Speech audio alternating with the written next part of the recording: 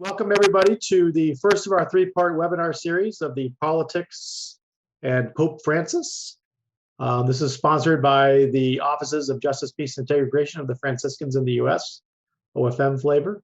There are the 6 provinces as we come together. We wanted to try to go deeper into really understanding where Pope Francis, and in some sense really the church, is inviting us to go as we try to, again, our work to really transform the world, and that effort really to make the world a different and a better place.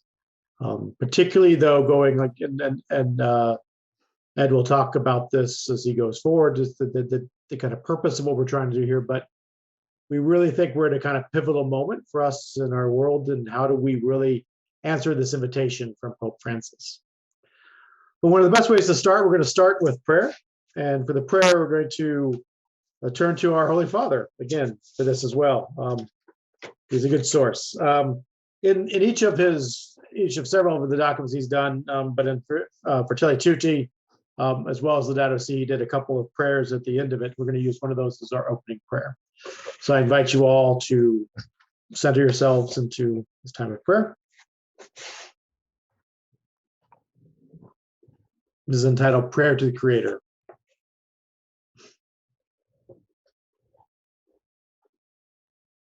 Lord, Father of our human family, you created all human beings equal in dignity. Pour forth into our hearts a fraternal spirit and inspire in us a dream of renewed encounter, dialogue, justice, and peace. Move us to create healthier societies and a more dignified world, a world without hunger, poverty, violence, and war. May our hearts be open to all of the peoples and nations of the earth. May we recognize the goodness and beauty that you have sown in each of us, and thus forge bonds of unity, common projects, and shared dreams. Amen. But without further ado, and you've heard enough from me, I'm glad to welcome our dear brother Ed to be a part of this. Thank you, Ed. Thank you, Russ. Thank you. And thanks to each of you for being here. I'm glad you can join us. I hope you're able to join us for all 3 of the sessions. And I also, of course, want to thank Russ once again for hosting and moderating these. He makes this so easy. A lot of the technology that I just don't understand, he understands, and he can facilitate this so that we can bring a lot of people into the discussion. Which is the best thing. Just kind of a logistical note to start out with. We didn't put an end time on these, kind of envisioned them for about an hour or so. Today's maybe a little bit longer. And I certainly don't have to sign off immediately at the close of the hour. So if we don't get all the questions that we wanted to get to in discussion today in by the close of the hour, whatever time zone you're in, we can stay on a little bit longer, but I'm certainly going to aim for the remaining 2 to be condensed to an hour. And that also means this one, I might be blabbing on a little bit longer than I would hope to or would have liked to, but this is more of a kind of an overview session. And if you get a little frustrated at the fact that it's going longer, or I'm talking much longer or much more than you would have preferred, I can assure you the remaining 2 are going to be geared to be a little bit shorter presentation from me and more toward discussion. So don't take this first one as a sign of how the remaining 2 will be conducted. I think we'll make the other 2 somewhat more interactive. So with that, I'm going to share my screen, which should bring us to an image very much like the opening screen that you just saw. That same title screen. And while we're there, I thought, well, it's probably a good idea to focus on that title itself, because that title tells us something. The title is Politics and Pope Francis. The title is not, and we did consider this. I considered this at first, and I think some early drafts of the plan here might have called it Politics of Pope Francis. And we changed that. And you might wonder, why isn't this called the Politics of Pope Francis? Wouldn't that make more sense? Well, it might, but that's not what we're going to be doing here. I don't presume to speak for Pope Francis or to speculate what his politics are. He can do that for himself. He does so, I think, more or less expressly in his writings that we're going to be looking at. I think he's making political statements, but I don't want to align him with any particular political view or ideology or political position, certainly not a partisan position. So this is not the politics of Pope Francis. The series is called Politics and Pope Francis because what I aim to do is provide a little bit of a background in the kind of political theory, political philosophy that Pope Francis is assuming, drawing on, implicitly referring to in his writings to help us understand his writings better. We have no shortage of opportunities to examine the spirituality of the encyclicals, his writings, Laudato Si, Fratelli Tutti, Evangelii Gaudium. They're discussed in a Catholic context in parishes and retreats and days of recollection all the time. What I'd like to do in this series is something a little bit different, to provide some of the political background, to understand a little bit more clearly the transformation of society that I believe Pope Francis is calling for. Therefore, it is politics and Pope Francis, not the politics of Pope Francis. It's what we should know about politics, political philosophy, political theory in general, in a very minimal way, just to understand what the Pope is getting at in his writings.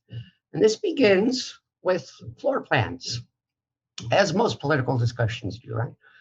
This quite literally is the floor plan of the last apartment I had before I entered religious life, before I entered the postulancy of the Franciscans. It was on the north side of Chicago, a very typical 3-flat. I was on the 3rd floor, built sometime around 1920. A lot of them are laid out like this. I moved into this in 2010, I believe, and this is what it looked like. The landlord was gracious enough to send me a floor plan ahead of time. I'd seen it, but he wanted to let me know what the dimensions were so I can plan where I would put furniture and whatnot. So I still had this thing on my hard drive, so I said, let's use it. So I move into this apartment, and what I see, what you see here, what you would see in a typical architectural floor plan, you see very bold lines that define the outer, the exterior, the perimeter of the building. Those are bold because it's hard to change. If you want to modify that, it takes building and construction. On the interior of any floor plan, any architectural space like this, what you see are a lot of thin lines. So lines separating, I had 2 bathrooms. I don't know why. It came with the territory, but yeah, I had 2 bathrooms and a dining room. They're all marked off, and these lines indicate the walls there. Now, someone like me who is very inept at construction, handiwork, things like that, and always has to hire somebody to do that, I look at these lines and I see the same thing. These interior lines might just as well be bold lines. For me, when I moved into an apartment, what's there was given. And we know that's not how everybody sees an interior like that. Many people who are good at that sort of thing, reconstruction, handiwork, remodeling, they see that all as flexible. So there is a very sharp, very striking distinction between the bold lines and the thin lines. If I were like those sorts of persons, if I had those skills, I could look at this and say, oh, this is all malleable. This is all changeable. 2 bedrooms, it's just me. I only need 1. I might say, let's get rid of that wall there and make it 1 bedroom. And a separate den, I don't need a separate den. I don't need a man cave. It's my apartment. I live alone. The entire thing is a man cave. Get rid of that den. That's what some people think of when they move into a space, especially if they own the space. Not so much if you're a renter. The landlord may get a little ticked off if you start changing things. But for some people, their environment is just that flexible. They don't take it as given. In the floor plan of our world, the world out there, most of us are kind of like me moving into apartments. We see only thick black lines. So these lines on the outside are no thicker or thinner than the lines on the inside. We take it as given. What we inherit, what we grow up in is there. The political economic system, especially, the conditions, the material conditions of our world. At best, we can tweak them, maybe decorate them like we would decorate a wall, but we don't say, let's get rid of that wall because we don't need it. the visionaries of our world, of our histories, the visionaries, the revolutionaries, the dreamers, they are the ones that see the floor plan of our world for what it is. Yeah, there are things we can't change. There are ecological limits to our activity, and God knows we're seeing those now. But there are a lot of things on the inside that are thin lines. They are malleable. We can change those. They're flexible. We can take a hammer and tear down walls that we don't really need anymore. We can change things. But to do that, it requires skill. Just like a skilled handy person or remodeler needs to be able to name and identify what needs to be changed and needs to understand what supports it and what support it offers, especially if you're taking out a supporting wall. You need to be able to identify the political and economic systems of the world that indeed are flexible and malleable, and be able to distinguish that from what's given and what can't be changed. I think Pope Francis is doing that in his writings. Here's a quote, very telling quote from him. The marketplace by itself cannot resolve every problem, however much we are asked to believe this dogma of neoliberal faith. Whatever the challenge, this impoverished and repetitive school of thought always offers the same recipe, the same recipes. Neoliberalism simply reproduces itself by resorting to the magic theories of spillover or trickle without using the name as the only solution to societal problems. There's a little appreciation of the fact that the alleged spillover does not resolve the inequality that gives rise to new forms of violence threatening the fabric of society. Financial speculation, fundamentally aimed at quick profit, continues to wreak havoc. The fragility of the world systems in the face of the pandemic has demonstrated that not everything can be resolved by market freedom. It has also shown the centrality of recovering a sound political life that is not subject to the dictates of finance. It's a passage, paragraph number 168 from Fratelli Tutti, his most recent encyclical.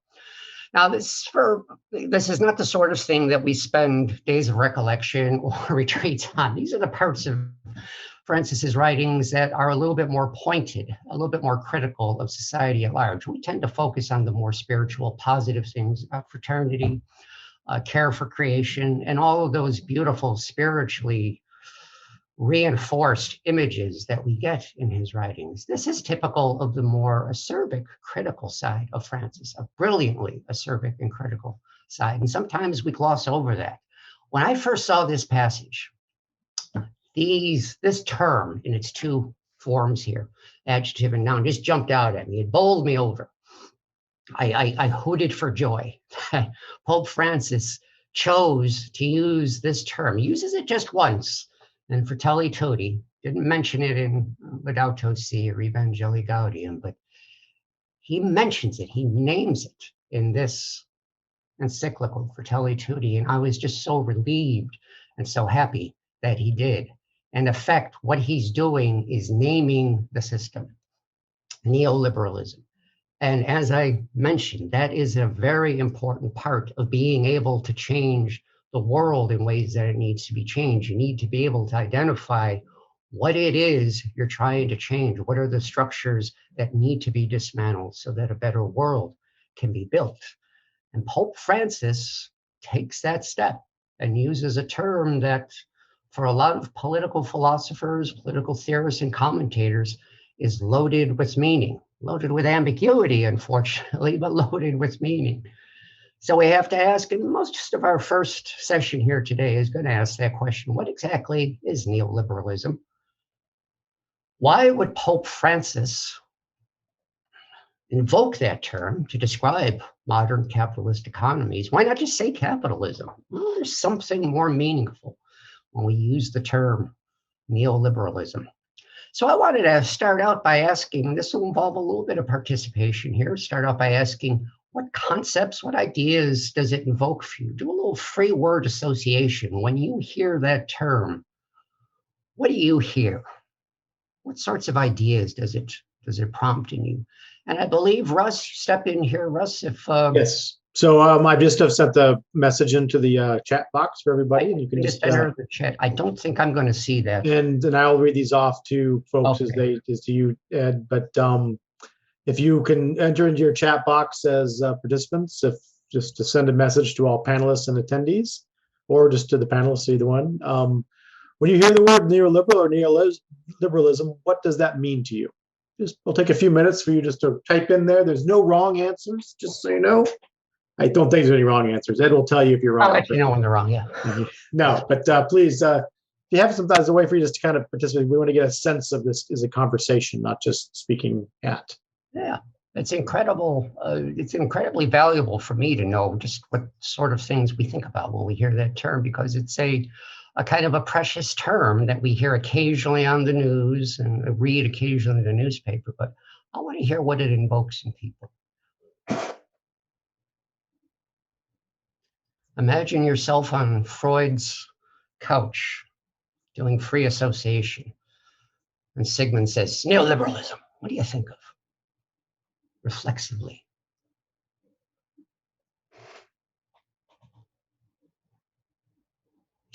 So I'm hearing blurring boundaries, emotional negativity.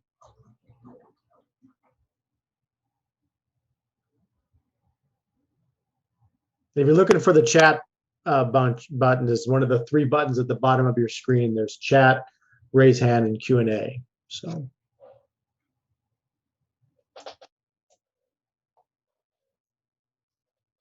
Blurring boundaries, I like that. Neoliberalism does do that. We're going to talk about there.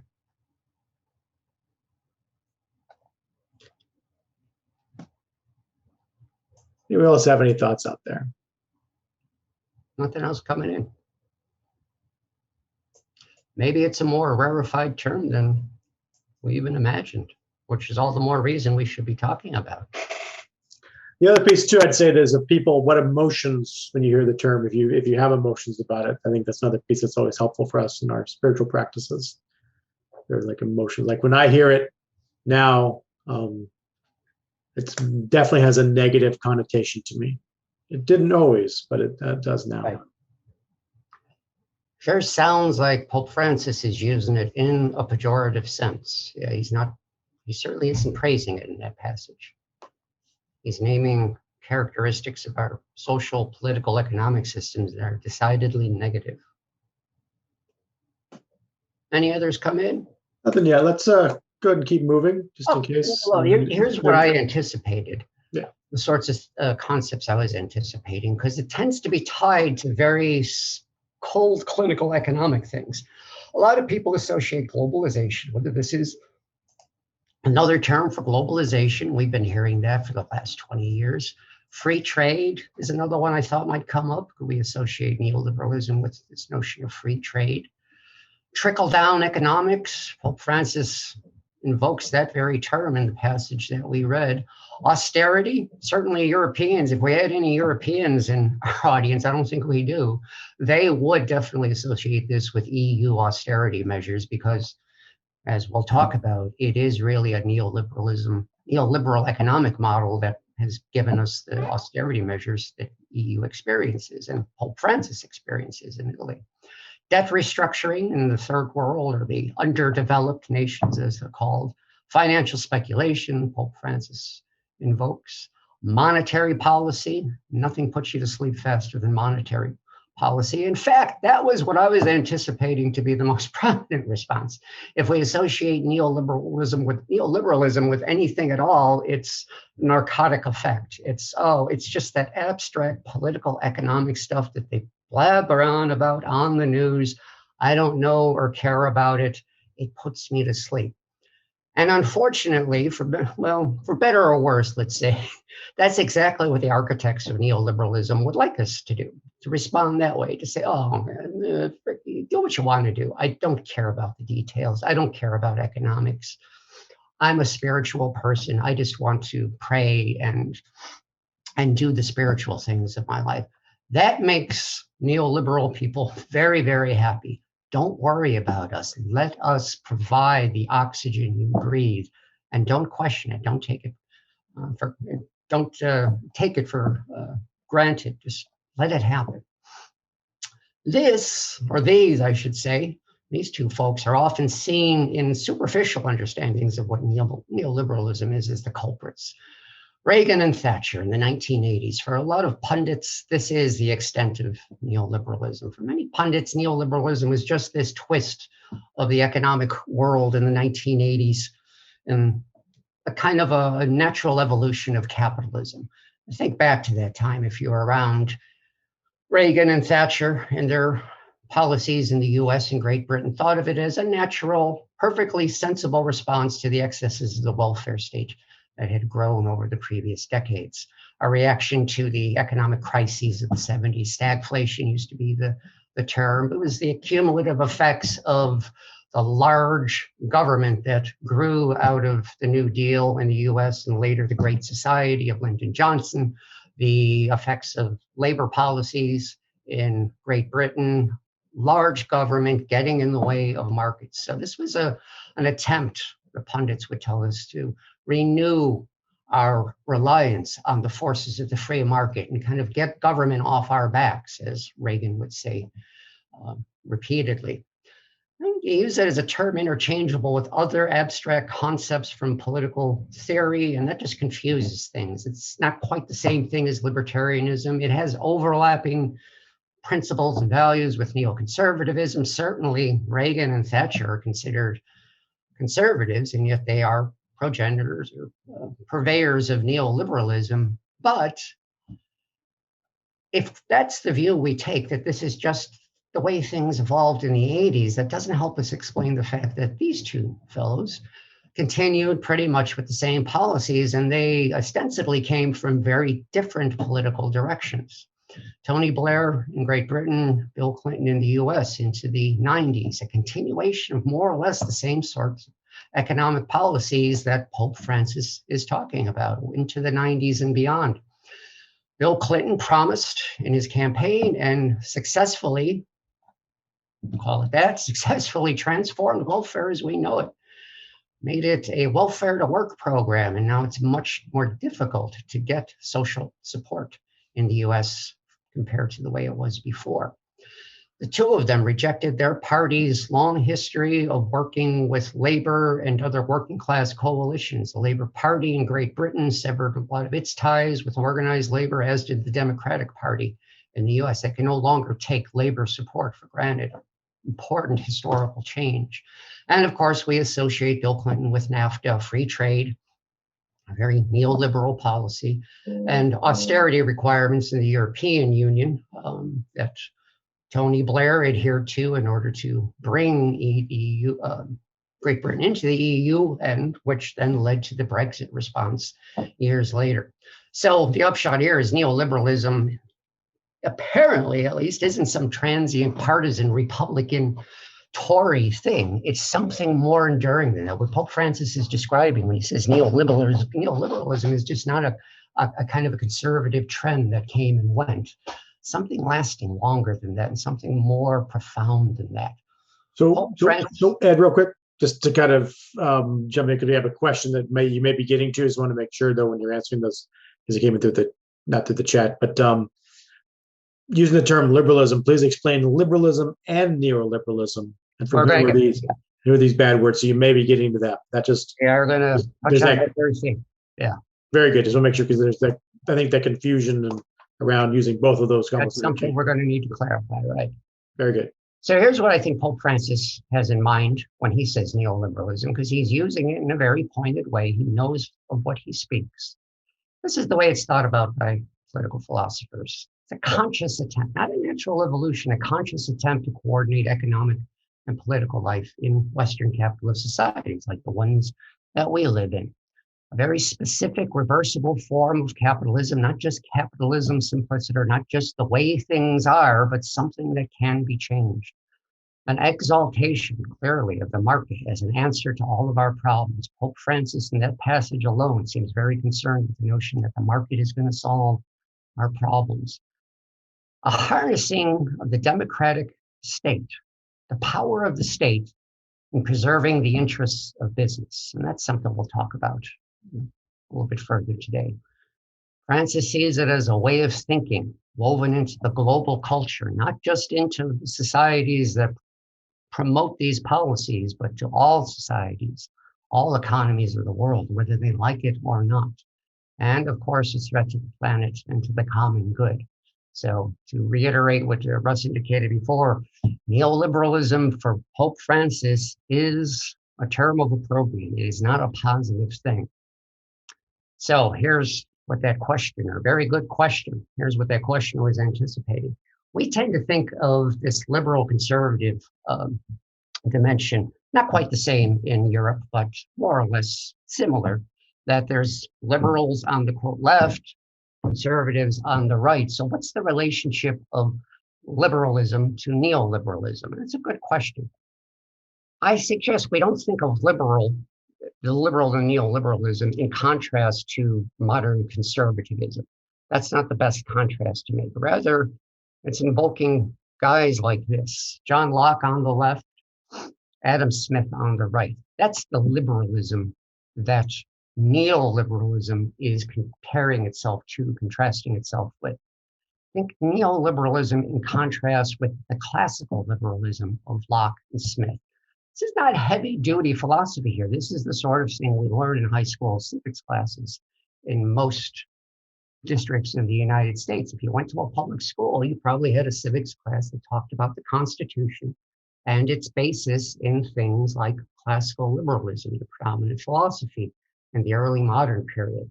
That's the liberalism that neoliberalism is building on, and we'll see why shortly. This is a liberalism of individual liberties, the minimal state, the state as night watchman, that sort of thing.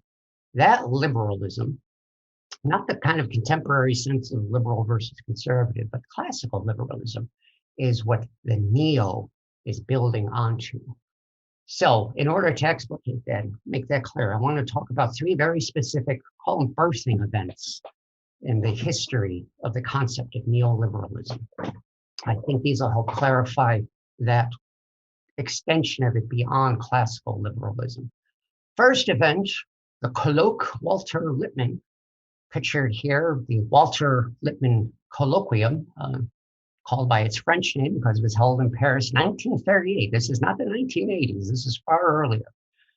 1938, it was a colloquium conference based solely on this book by Walter Lippmann, Good Society. Walter Lippmann, an American journalist in that book, was pondering what he saw to be a crisis of classical liberalism. Supposedly, the United States and other Western European nations were built on these classical liberal principles of liberty, freedom, and the world was in crisis at this time. I'm not sure. I think this might be Walter Lippmann. It looks kind of like him, the guy in the middle there, kind of not like him. I'm not sure Walter Lippmann is in this picture, but he was definitely at the conference since it was his book. I'm more worried about this guy here. They're probably all the way on the left. It could be like 3 hours into this conference and he's already worried. He's already wringing his hands, slinking back in his chair, acknowledging something sinister might be going on here. Was it sinister? No, but it really is something we need to be aware of in neoliberalism's history. The members of the participants in this conference are alarmed by the state of the world, and particularly collectivism. At the time, 1938, fascism is on the rise in Germany and Italy. Soviet communism is in full force, and we're just starting to learn of the atrocities, the excesses of the Soviet Union. So they're worried about this, and they say, look, classical liberalism, the protection of liberty, the freedom of people just to trade and do commerce with each other, that's at stake here. This laissez-faire model, the French term most often associated with classical liberalism, let it be, this laissez-faire model is just not embraced by people in the world. We have fascism and state communism on the rise. And in fact, here in the United States, the response to the Depression, the New Deal was seen as an anomaly, as something to be worried about. Keynesian economics, as it's called, was the economic model that did get us out of the Depression. Keynes was a Cambridge economist earlier in the century, and it was a form of economics that said, yeah, laissez-faire, classical liberalism, it's all well and good, but you have to have state involvement in the economy to make sure you can maintain full employment because you got to keep money in people's hands so they can spend it, and that's what spurs the economy. This frightened people, certainly when FDR was trying to pass the New Deal, but even well into the late 30s, these guys that gathered for the colloquial to Lippmann are saying this could take the United States on a similar path to collectivism, to the extremes of fascism or communism. So they're seeking a new form of liberalism, a neoliberalism, with a role of the state in protecting the free market. And that's different from classical liberalism, where just individual liberties and the property you hold are protected. This is giving the state a bigger role, but a role in protecting the free market, protecting trade. And so we get the first known use of this term, neoliberalism. It didn't come about in the 1980s. It was used as early as the 1930s and came out of this very conference. In attendance at this conference was the Austrian economist Friedrich Hayek, very famous Austrian free market economist, who would later co-found the second of these birthing events. So it was a one-off conference, just like the colloquial Walter Lippmann, but it congealed into a permanent institution. The Montpellier Society still exists. This was their initial meeting 9 years later in 1947, but it still exists to this day as kind of a European think tank of neoliberalism. This actually is, without a doubt, Friedrich Hayek sitting there on the left. He gets his own table. This is in the middle here, Ludwig von Mises, another famous Austrian economist, founders of the Austrian school, which are kind of like the economic architects of neoliberalism. And this, if I'm not wrong, is the same guy. So he's looking a little better here. He's not slinking in his chair, wringing his hands. So he's recovered. So he's happy now. What do the Montpellier societies say? Very similar things, because it's a very similar group. This is a collection of academics, economists, political scientists, and philosophers, mostly, almost entirely men in suits who are trying to fix the world so that wealth can be accumulated in the ways that they saw fit. Among their stated aims, a redefinition of the function of the state so as to distinguish more clearly between the totalitarian and liberal order, i.e., let's not let our New Deal economic system lead us down the road to communism. That's the thing we have to stave off. The possibility of establishing minimum standards of freedom by means not inimical to the initiative and functioning of the market. Freedom is nice, but don't let it get in the way of free trade in the market. The creation of an international order conducive to the safeguarding of peace and liberty and permitting the establishment of harmonious international economic relations, global trade, unfettered global trade, in other words. Now, it's important to note here, you might already be familiar with these institutions like the World Bank, IMF, that enact these very things. Came about by virtue of the Bretton Woods Agreement in 1944.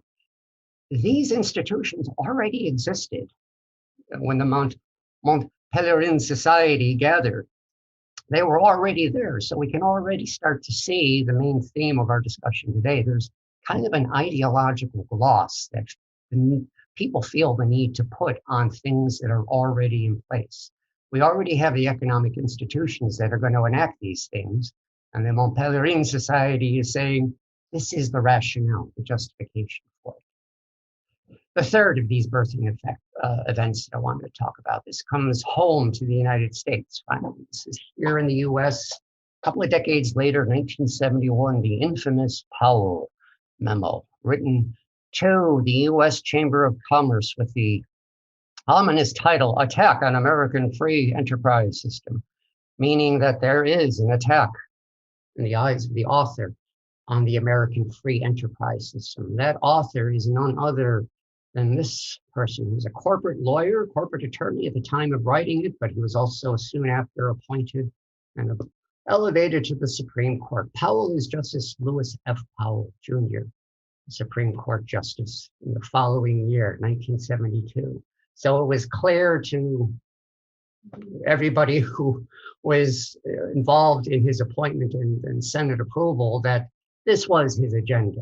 This was a confidential memorandum, but the columnist Jack Anderson got a hold of it and leaked it. And it was a bit of a news story for a while in the early 1970s.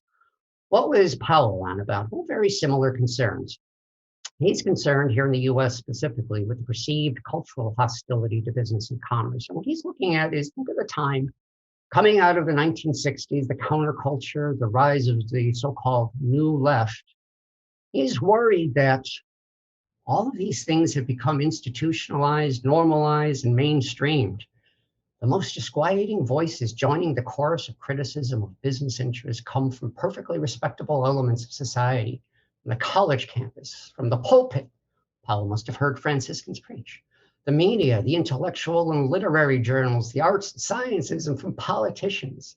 Powell is concerned that what used to be considered radical is now considered normal and mainstream. And that's worrying him because those voices, those principles are hostile to the business class. Strength of business lies in organization, he says, in careful long-range planning and implementation, and consistency of action over an indefinite period of years, in the scale of financing available only through joint effort, collusion, and in the political power available only through united action and national organizations. If we were to think that neoliberalism was a natural evolution in modern capitalism, we get a taste of it most succinctly here from Justice Powell. This is a manifesto. This is a call to class war against labor and what were called special interests. Now, what the Powell memo did most visibly is spawn a flurry of think tanks. And they're described as independent think tanks. What that means is they're corporate funded. They're not government funded. They're not funded by educational institutions. Powell sees these as a counterweight to that trope that universities have become bastions of the left, just critical of capitalism and commerce. And he says we need institutions, we need independent institutions to take on that influence of the the leftist universities that are teaching our children to be Trotskyites and whatnot. So we get a flurry of these in the 70s. The Heritage Foundation, founded in 1973, Cato Institute a year later, ostensibly a libertarian organization, but certainly within the realm of this umbrella, neoliberalism. The Manhattan Institute, 1977, Reason Foundation, Competitive Enterprise Institute, 1984. All of these are formed in the wake of the Powell memo. All of these are well funded by corporate interests, and they presume to speak the interests through research of corporate interests. So what's the upshot here? What do we have so far? Let's take stock. Far from a natural evolution of modern capitalism, neoliberalism is the product of a very conscious effort to do certain things. Protect the interests of the international activity of free markets and the interests of those who benefit from that, which may not be everybody. And that's Pope Francis's concern, clearly. It may not be everybody. To preserve the accumulation of wealth by the business class, to promote a particular ideology of its own inevitability. And that is the third one there is the key one I want us to focus on.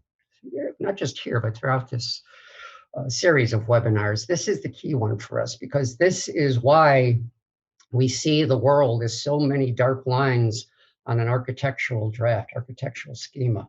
We don't see the thin lines because we accept a lot of this as the world given to us. We see it as inevitable.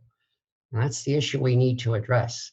But before we do that, a caution. I want to point out that when we say the word ideology, we don't necessarily mean stuff like this. We're not talking about the Illuminati. We're certainly not talking about the deep states like QAnon and these other contemporary fringe groups are talking about. That's not what's at issue here. How not to think about ideology, the ideology of liberalism. We're not talking about conspiracy theories. Yeah, the Powell memo was confidential, but a lot of information transferred back and forth in the corporate world is confidential. We don't necessarily have to assume that it's pernicious and it's trying to hurt people. It just happened to be confidential. So this isn't a conspiracy of people to brainwash us. It's not an attempt to manipulate people and manipulate their behavior. It's not an attempt to make us do things that are otherwise unnatural or irrational or immoral. It's not that sort of thing. Think of ideology in this way. The ideology of neoliberalism is one of legitimation. It sets the perimeters of the conversation. It sets the boundaries of what's going to count as natural in our world, as rational, as moral, as right and good.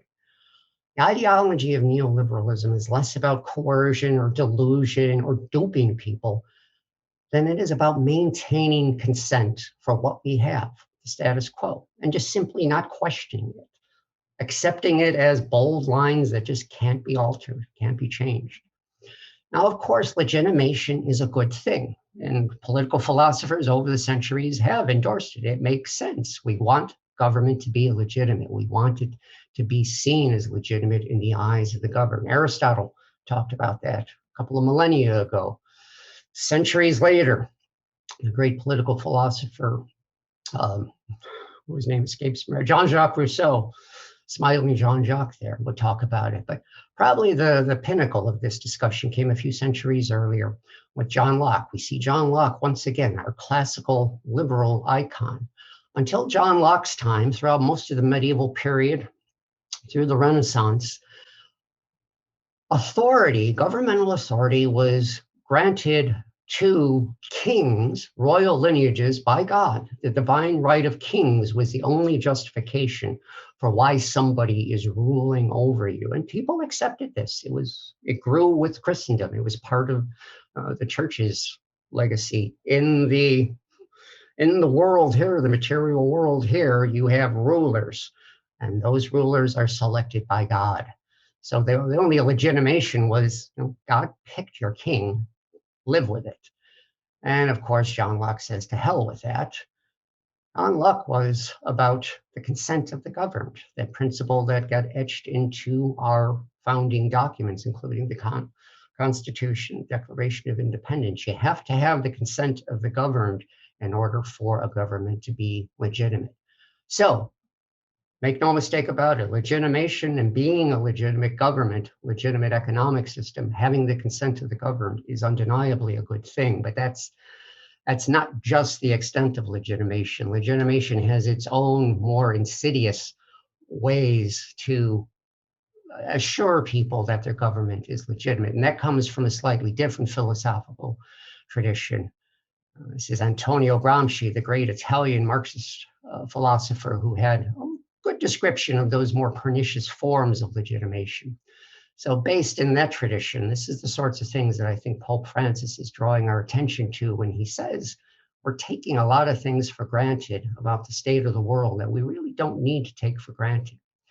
How does neoliberalism legitimate itself? We'll talk about a couple of things. First off, it sanitizes this creation of a global consumerist culture. It makes it all scrubbed, neatly clean, so that it seems like it's natural, inevitable, and good, and happy and smiling. It renders palatable the devastating effects of deregulated commerce. It homogenizes globalized consumer culture under a veneer of multicultural heterogeneity. My God, it's a mouthful. It sounds like it's Marxist jargon. Well, if it is, Pope Francis, who by no stretch of the imagination is a Marxist, says pretty much the same sort of thing in Fratelli Tutti. Opening the world. Sounds grand, doesn't it? Opening up to the world is an expression that has been co-opted by the economic and financial sector and is now used exclusively of openness to foreign interests or to the freedom of economic powers to invest without obstacles or complications in all countries. Local conflicts and disregard for the common good are exploited by the global economy in order to impose a single cultural model, homogenization. This culture unifies the world, and it divides persons and nations. We're more alone than ever in an increasingly massified world that promotes individual interests and weakens the communitarian dimensions of life. Indeed, there are markets where individuals become mere consumers or bystanders. As a rule, the advance of this kind of globalism strengthens the identity of the more powerful, who can protect themselves, but it tends to diminish the identity of the weaker and poorer regions, making them more vulnerable and dependent. Gramsci couldn't have said it better himself. that was from Fratelli Tutti. This is from Laudato Si. A consumerist vision of human beings encouraged by the mechanisms of today's globalized economy has a leveling effect on cultures, diminishing the immense variety, which is the heritage of all humanity. Laudato Si, paragraph 144. And if there's an iconic image of the sorts of things we're talking about here, it's this sort of thing, this happy, multicultural group of people who are all smiling, all very hip. Think, when we try to invoke what's going on here, think United Colors of Benetton. And I don't want to single out Benetton. It's an international, multinational corporation based in Italy. It makes a lot of money. It's not just them. The Gap has the same sort of advertisements. If you watch television for more than an hour or two at a stretch, you're going to see some telecommunications commercial where there are smiling multicultural faces from all over the world, where everybody's happy. We're all one big happy globe. And what they don't show are the exploited workers. They don't show the guns and the armies that keep labor unions from organizing in the places where this stuff is produced.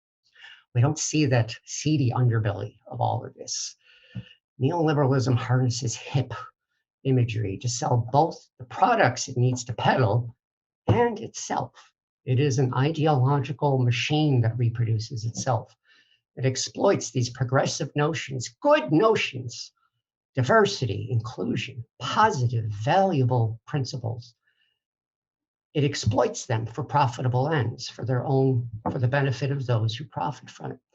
Philosopher Nancy Fraser calls this progressive neoliberalism. Wonderful passage from her here. In its US form, progressive neoliberalism is an alliance of mainstream currents of new social movements, feminism, anti-racism, multiculturalism, LGBTQ rights. Nancy Fraser is a staunch proponent of all of those things on the one side. And high-end symbolic and service-based business sectors, Wall Street, Silicon Valley, Hollywood, on the other. In this alliance, progressive forces are effectively joined with the forces of capitalism, especially financialization. However, unwittingly, the former lend their charisma to the latter.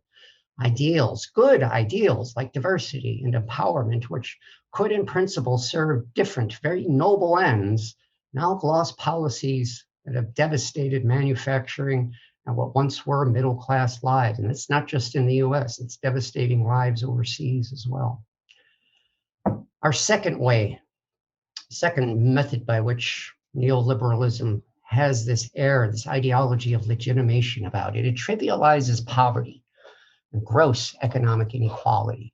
You've heard the numbers, I don't need to reiterate them here. This is just one example, but we have a vast polarization of wealth, not just in the US, but throughout the world, but certainly in the US in the last 30 to 40 years. And this is just one way to represent it.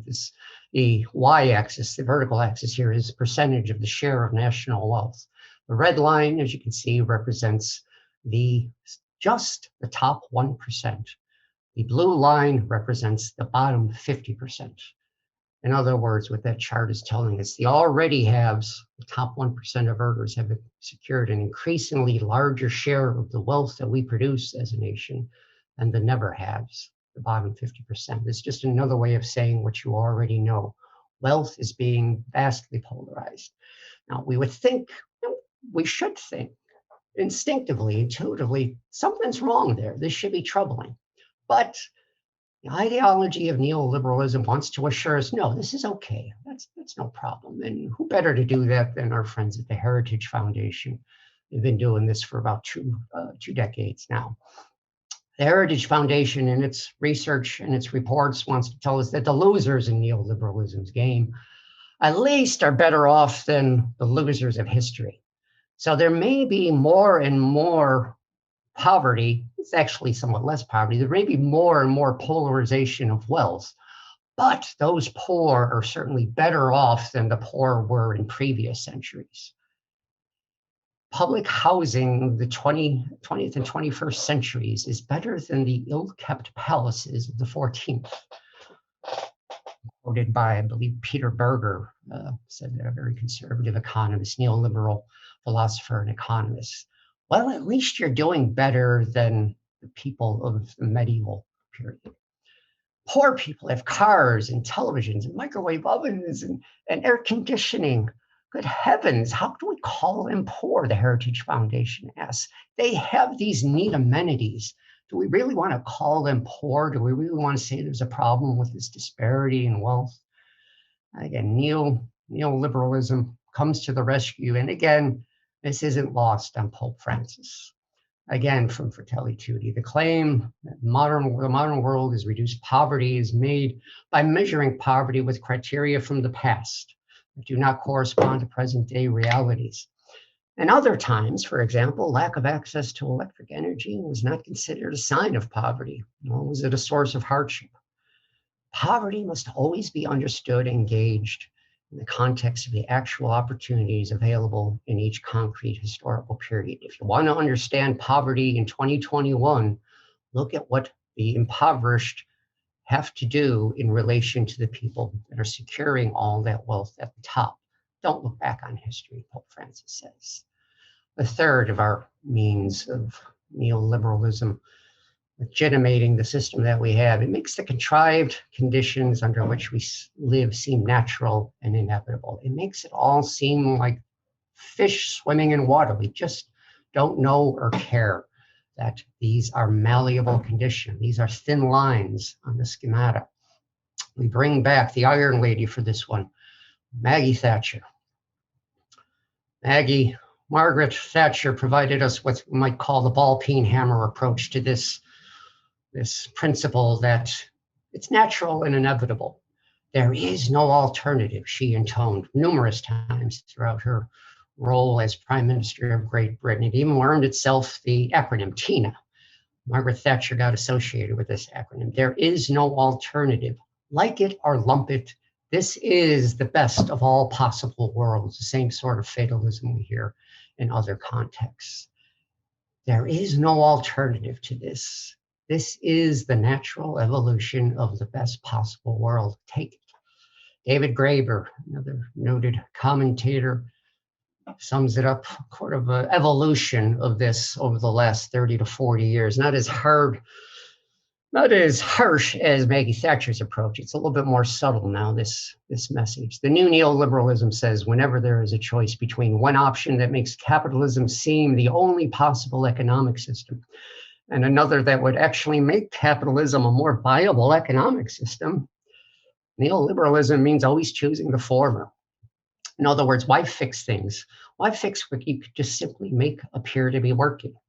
The ideological effect, the legitimation of this neoliberal fabric of our economic society makes what surrounds us look inevitable, as if we can't change it. The fourth of these methods of legitimation, neoliberalism cultivates a new kind of individualism, an individualism different from the one that was brought to us by classical liberalism, an individualism that aims for different things. But that's a story for another time, namely in 2 weeks when we meet again. Our second session will be focused primarily on this form of legitimation of neoliberalism, this cultivation of a very, very new sense of what individualism is. So that's all I want to say for today. Now it's time for, if you haven't already gotten your pitchforks out, maybe we have time for some polite discussion, maybe where Russ can field a few questions. I have the top of the hour or so on my clock, but as I said at the beginning, I'm in no hurry to run away. So if people want to stick around, just be a little bit longer this time. Well, for those who can't stay, you're most welcome. Please do. Thanks, Ed, for being able to continue with us. What I would invite people to do at this point is if you have questions, please type them into the question box. If there are things that were not clear, I mean, there's a lot obviously that came at that. There's a lot of like heady pieces. So I guess this is going to be the classic Russ Testa approach towards this, Ed. If you had to boil everything you had said down to one paragraph, as far as what's the meat of this for us to take, if we had to like put this in the elevator speech, how would you do that? I mean, what are the key points? I won't check you for grammar, so it's okay.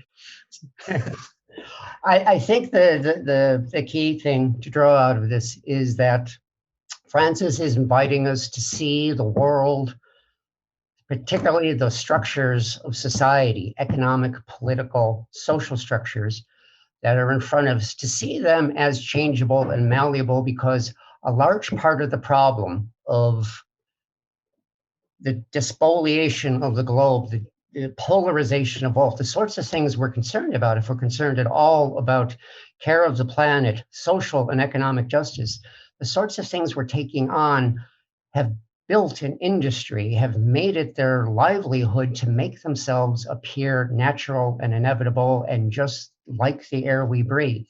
And Pope Francis is inviting us, like all the visionaries in history, to say, no, these are not all thick lines. Some of these are thin.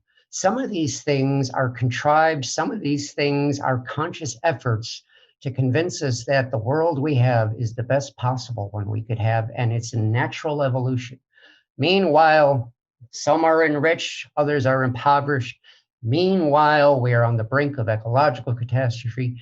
Meanwhile, we have marginalized people, not for non-economic reasons, because of the color of their skin, because of their ethnic background, because of their sexual orientation. These things are not natural and inevitable, and neoliberalism is a handy, efficient, and effective label to put on this most recent form of capitalism in Western capitalistic nations. And the fact that Francis uses it says maybe we should look at what is the structure, what is the economic and political structure that neoliberalism represents. He's willing to do it, so am I. Does that help? It does. So a couple questions have come in here. In Europe, the criticism of capitalism is very Marxistly marked, is very Marxist marked. Could we say that a post-liberal order includes other sources of criticism than Marxism? Oh, certainly. Yeah, I suppose some people might quibble with the notion that Europe, there's any homogenous political theory in Europe, but I think the questioner's point is well taken. European politics, despite the fact that they share this kind of neoliberal structure, is very different from US politics. The very fact that Pope Francis felt comfortable using that term, neoliberalism, in Fratelli Tutti suggests that he has his European audience, a large European audience in mind, because they know what he means, the level or the type of political civil education people have, the level of discourse is, for better or worse, a little bit more complicated, a little bit more sophisticated in Europe. In the US, because of the vicissitudes of political life here, there's a tendency to dumb down the issues and not burden people with the complexities. The traditions in Europe, especially in Western Europe, have been, let's grapple with the complexities. In answer to the question, yeah, maybe there's more of a Marxist influence there, but it's largely because Cold War politics here in the US may have done a little bit more to make us reticent to talk about things that might conjure social. Think of the response to Bernie Sanders identifying himself as a democratic socialist, AOC identifying herself, perfectly innocuous terms for people across the pond, across the ocean. Democratic socialism is a perfectly viable political form there. In fact, most of the Western Europe economies describe themselves as social democratic or democratic socialist. That's a taboo word here. So yeah, I think the questioner is absolutely right. There is a difference between US politics and European. And get Larry Janice, I would like you to say a little more possible. Is it, what is the effects of neoliberalism in effect, in a sense, in U.S. politics? And you may be getting that in your next session too. But actually, yeah, you're right. We're going to be talking a little bit next week how it affects. 2 weeks. 2 weeks. I'm sorry. I'll come back next week. In 2 weeks, individualism. We'll talk about how it affects political, electoral, how we identify ourselves as citizens. And in the final session, 2 weeks from then, we're going to be talking about another term that Francis, that goes back to the previous question. Francis uses the term populism in a way that Europeans are going to understand it. He uses it in a way that suggests it's a negative thing. Populism is when a lot of xenophobic and dangerous people get together and the mob rules in the most negative sense. In the US context, and we'll talk about it in the last session, there's a difference there in the US because we have an actual progressive populist tradition. There was a populist party at the turn of the 20th century. They're responsible, and we can be thankful for them for a lot of the reforms in US government at that time. So it gets a little bit more complicated, but yeah, in answer to Larry's question, that sort of thing is what we're going to unfold in the concrete specifics of what will unfold in the second and third session. This was more of a little bit of, as I anticipate, a little bit more of an abstract philosophical discussion just to kind of set the stage for more practical discussions. So as a comment, and then I'll follow up with another question from someone else. You can comment, kind of bring them together.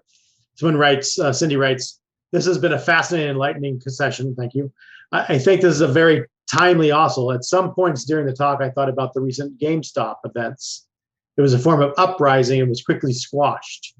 It definitely exposed the power wielded by the top and the lack of power of the bottom." So that was the comment. You can choose to take that as well, Okay. which I think is worth talking about. But the other question is from David Buer. E.F. Schumacher, sorry. Small is beautiful economics as if people mattered, took a fresh look at economics back in the 70s. David asked, do you see Pope Francis and Schumacher as friends having similar outlook? Who is it, David Burr? Yeah. Good point, yeah. Schumacher, Kirkpatrick Sale are, I think, exemplary of the sorts of tensions and confusions we see here. Small is beautiful was embraced by the burgeoning Green movement in the 1980s. When I joined the Green movement in politics in the mid-1980s, everybody was reading that. Small is beautiful. They were reading that sort of thing. Decentralize, break it down. Who else was reading it? Well, it was very prominent on the shelf of Ronald Reagan. And the mantra of the get government off our back was decentralize, decentralize, decentralize. So it's kind of curious how maybe this is that question of populism, and we'll be talking about in a few weeks. Very curious how trends associated with conservative, ultimately neoliberal politics, on the one hand, are viewed by the quote unquote left. Similar principles, similar aims. Is the sort of decentralized society that Ronald Reagan looked for in reading Small is Beautiful the same type of society that Die Grünen in Germany was looking for? Probably not. Yet they both read the same stuff. So, good point. So, the question here is and I'm not sure how they're asking this, so we can take this. To what degree are the poor of the world better off than in past history? Because you brought up that's used. I think we need to, right. That does need to be, I think, kind of ferreted out. That, I mean, I would just argue it's arguable that people who are poor now, in some ways, may be better off physically than others. But how do you talk about that? Even how does the Pope talk about that? The Heritage Foundation reports, there were a flurry of them about 15 years ago, purporting to tell us that we're worried too much about the disparities of wealth in this world because, look, X%, I forgot what the numbers were, I had them recorded at some point, but X% of people that are under the quote unquote poverty line have microwave ovens. Another percentage of them have television. Some of them have automobiles. They have air conditioning. And they said, well, these are the amenities of our culture they're enjoying. If they had to live like a feudal serf in a different era, they would embrace the capitalism, the economic revolution that capitalism gave us, because the poverty that they're suffering now is far better than the poverty they were suffering before. Pope Francis says that's not the comparison to make. You make comparisons in your own time because what counts as a comfortable life is a function of the time, the technology, the economy available to you now. Aside from that, I mean, just imagine what that we're saying when a family underneath the poverty line has a television. Yes, they have a television because it's a cheap babysitter. You don't have to hire somebody to come in and watch the kids. You put them in front of the tube. They have a microwave oven often because that is the oven, because the gas has been turned off because they haven't been able to pay the gas bill in months. They have a car, which is a beater that gets them to a job that pays them a sub-minimum wage and gets them to the next job that pays them another sub-minimum wage. Yes, they have a car, but when we describe the life of somebody who's living below a modern poverty line, we are still describing misery. We're still describing lives that could be made more comfortable by a more equitable distribution of wealth. So in addition to that seemingly odd historical comparison that to us rightly doesn't make sense and to Pope Francis doesn't make sense, in addition to that, he's inviting us to say, what is the context of being poor in our world? The context of being poor in our world does mean having appliances. It means using them and using the amenities you do have for reasons very, very different from somebody who has means and comfort. I think when he answers that too, it comes to me as well as the sense that we think of poverty, at least as being talked about, and clearly, totally, fully materialistic terms, only in the matter, not the kind of dehumanizing aspects of it, that can be there. And that's, I think it's what you've seen, you're talking, it becomes a description even of, what neoliberalism has done is legitimized that we define progress, we define good, we define bad in almost strictly material economic terms. And that becomes in some sense the problem. I know the Pope is concerned about that too, because he talks about that in both Laudato Si as well as in previous documents. But that'd be another way I think about that as well. That's next time. It's because we are defined as consumers, not as citizens cooperating toward a better world. We are defined as consumers with preferences. So that's the only way we conceive of. So a couple more questions here. A few more questions coming in. There's been over a century of social justice teachings, Catholic social teaching in the church. Yet why does it seem that the U.S. bishops lean more to a free market capitalism and conservatism? Even many of the Catholic politicians seem ignorant of our Catholic social teachings. You can decide to answer that one or not. It's a very deep question. Why aren't they socialists yet? And then I think maybe related to that, and that's maybe not in some sense, it's an interesting question kind of following it from a different person. Did the conclave anticipate the Francis effect? Was it intended? Is this in fact the voice of the global church? Is this in fact the voice of the global church? And he said, and they would like to say, please say yes. So no. I think that's right. What Francis has allowed is that the church from all over the world is weighing in on this now. It's a very Eurocentric, very US Eurocentric church for many years, certainly for that 20th century where Catholic social teaching as we know it has been promulgated. Going back to the penultimate question there, I think the reason why Catholic social teaching has accepted capitalism as we know it, and therefore until Francis not really, well, take that back. Economic justice for all in the 1980s did take some important strides. But aside from that, it wasn't until we really get to Francis where we're starting to question the value of capitalism and the sorts of things that capitalism gives us. But keep in mind, and the critics of the church have a point in noting that Catholic social teaching comes about through Rerum Novarum, Leo XIII, late 19th century. For better or worse, and it's for the better, we want this. This is our legacy. This is our tradition to build on. But for better or worse, it was a response to European socialist movements. The working parties, the working men's, literally called socialist working men's parties in Europe were becoming enormously influential. And we know that after the turn of the century, the Marxist influences in electoral politics in Europe, Edward Bernstein and others, was starting to really be felt. And the church was concerned that we want justice, we want economic justice, we want the sorts of things that social reformers and even socialists are aiming for, but we want people to do this under the auspices of God's creation and not in this secular, in many cases atheist, approach that socialism was at the time, certainly agnostic, indifferent to religion. So etched into Catholic social teaching and repeated in the following documents is the reassertion so that nobody be confused about this. We are for private property. We are for capitalism. We just want to reform it in a way that it's economically more stable and equitable and now ecologically more sound. So in answer to the questioners, to the person's question, it's almost unavoidable because Catholic social teaching from its start has been a little bit of a defense against the growing Marxist socialist influence in Europe. It had to distinguish itself. In practical terms, it had to say to churchgoers, look, in the evenings, you want to come to our services. You want to come to the things that the church, your local parish is doing to make sure that economic justice is ensured. You don't want to go to those socialist working men's gatherings. It was really an attempt to draw people away from socialist politics. Was that right or wrong? I don't know. But it is what it is, as someone once said. And Catholic social teaching is in part an attempt to say, distance yourself from socialist politics and find economic justice in the auspices of the church.